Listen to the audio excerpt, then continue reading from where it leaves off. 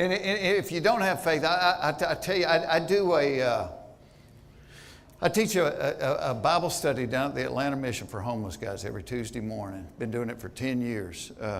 It's like my favorite thing in the world. Stumbled into it, didn't know what I was getting into, and it was just so freeing. But every year when we start that thing, I always begin with the same Bible story. And if you go to church every week, you might be bored, and just bear with me on this. But this is for the people that don't go every week. But right before they killed him, Jesus, one of the last parables or stories that he told the disciples was a story. It's in Luke 15. I think it's the greatest piece of literature in the world. It's about that long. But it's the story of the prodigal son. Most of you probably heard it. But his father had two sons. The youngest son goes to him and wants his inheritance, which in that Eastern culture meant, I wish you were dead. You're not dying fast enough for me. Give me my money. I wish you were dead. Father gives him the money. He goes out, and probably like all of us, he's raising hell. He's got him girlfriends. He's hooked up. He's getting high, getting drunk. Blows all the money. Now he's a long way from home. He's got no money left. Ends up getting a job where he's feeding pigs. And he's so hungry, he wishes he could be eating what the pigs are eating. He's like, all right, I'll swallow my pride and I'll go back, because I know the guys that work for my dad eat better than I do. I'll swallow my pride and go back and see if I can work for my dad. So it said he turns around and starts going home. And in the story, I think this is the coolest part. It said while he was still a long way away, his father saw him and went running to him. Well, if you see somebody that's a long way away, you don't do that accidentally. You're actively searching for him. You're looking on the horizon for him. And his father runs to him, and he gives him the robe, he gives him the family ring, he gives him the sandals, puts the sandals on his feet, which signifies you're not a servant, you're a member of the family. And says, you know, kill the fatted calf. My son that was dead is now back. He's alive. And the older brother who stayed and did everything the father wanted him to do gets mad at this point. He's like, hell, they're throwing him a party. And I've been here every day doing everything he wanted me to do. Nobody ever threw me a party. So he gets pissed off about that. And you know who was the most upset that the prodigal son came back home? Anybody know? The fatted calf. That's exactly right. He wasn't happy about it. He's like, oh crap, he's coming back. So, and the father says to the older son, he goes, I don't know what you're griping about. He says, everything I've got is yours. It always has been. Everything I have is yours. But the point of the story is, and I think this is why Jesus was telling this to these guys, was you can't be bad enough. You can't screw up enough to make me love you any less. And you can't be good enough. You can't behave in such a way that would make me love you anymore. I love you with all that I am. So the story's called The Prodigal Son, but it's really about the Father. It's about the love of the Father. But I think for guys your age, I mean, and even for somebody like my age, we've all been both of those sons. We've screwed up so bad we thought, there's no way God can love me for the bad stuff that I've done. And we've tried to behave in such a way and do all the right things and dress the right way and talk the right way and act the right way, thinking maybe God will love me more. And I think he just laughs at us and goes, I can't love you more. If you have kids here, you know what I'm talking about. You know, everybody's got that kid that screws up, and everybody's got that kid that does everything right. And you don't love one more than the other. You just love them. They're your kids. And so if you're seeking faith, that's all we ever wanted, because every one of us in this room is just a little boy. I'm still that little boy growing up at the end of the runway in Hateville. I'm 59 years old, and in my mind, I can go back and be 9 years old that fast. Still that little boy. And that's all we wanted, was a daddy that was going to listen to us, a daddy that was going to love us on our good days and our bad days. And so what I did, but I wanted to do it with enough time, because I know I got a weird job, I got a weird life, but to open it up to questions, and I'll be honest with you, I'll tell you whatever. In the back, yes sir. How did not having a father growing up influence your parenting style with your children? You know, it's the question, if you couldn't hear, how did not having a father influence my parenting style? You know, when my career really started taking off, and it kind of, I mean, it went beyond anything that I ever thought, but I I would lease a private plane. I would fly out of PDK, but I would fly home every night. So say on Friday night, if I had a show in Kansas City, I'd fly out there and I'd do the show, do all the meet and greets, sign all the stuff before the show. And as soon as I'd walk off stage, I'd go out the back door and I'd get on that plane and I'd fly home.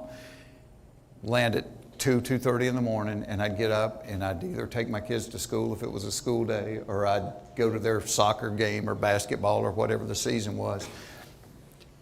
Because of what happened to me, I always wanted my kids to know that they were the priority. They were worth everything to me.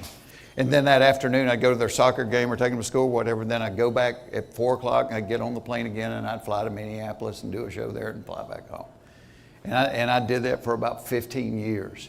But, you know, you either, when you come from something, I think you either end up like it or you end up 180 to it. And so for me, I mean, it taught me that the thing that I needed to do for my kids was the exact opposite of what my dad did for me. So that kind of dad that other kids go, man, I wish I had your dad. And I can tell you, as having a dad that was gone, their argument is, well, they want quality time. So to my dad, quality time was to come into town and take us to Six Flags. It's like the redneck, you know, Magic Kingdom. It really was. The kids don't want quality time. See, I would have sacrificed going to Six Flags just to have a dad that was there every night. Kids don't want quality time. Kids want quantity. They want that consistency. Be that dad. Be that husband. I didn't know from my dad that it was possible to love a woman longer than 2 weeks. I've been married for 33 years this year. All those years on the road. I had 8 years in a row. I did 500 shows a year.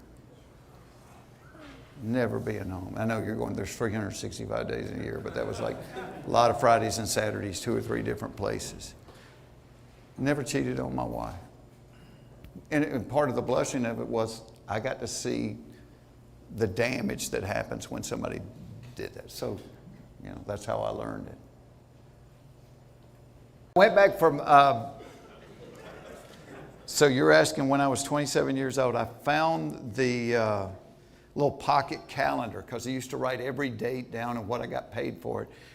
So at 27, I did 406 shows and I made $8,300. And we somehow lived on that for the year, $8,300. So she married me for the money, is obvious. And we were happy as clams. We had no money, but, you know, and I didn't ever think that I would make it. I just knew I liked doing this. And the fact, you know, most comics only get to do it for a few years, and then most people get into stand-up because it's a way to get into TV or movies, and then when they do TV or movies, they don't do stand-up anymore. I just always loved stand-up. My goal was to be on Johnny Carson. That's all I wanted to do. And I remember the first time I was on Johnny, coming home, laying in the bed and going, hell, I have no plan. That was it, you know. That was a good catch. Did you see that? Yes, sir. Did Matthew teach you up for a story at the beginning about getting married on a budget? I'm getting married in May. You got any tips? Okay. And a bunch of guys I work with entered me in a contest at the Punchline when it used to be out there on Roswell Road on Hildebrand.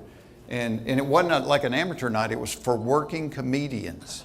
And I'm like, I've never been on stage. So I went and watched 1 week and thought, okay, that's how you do it. And so I went home and wrote material about my family. Went back the next week. I won the contest.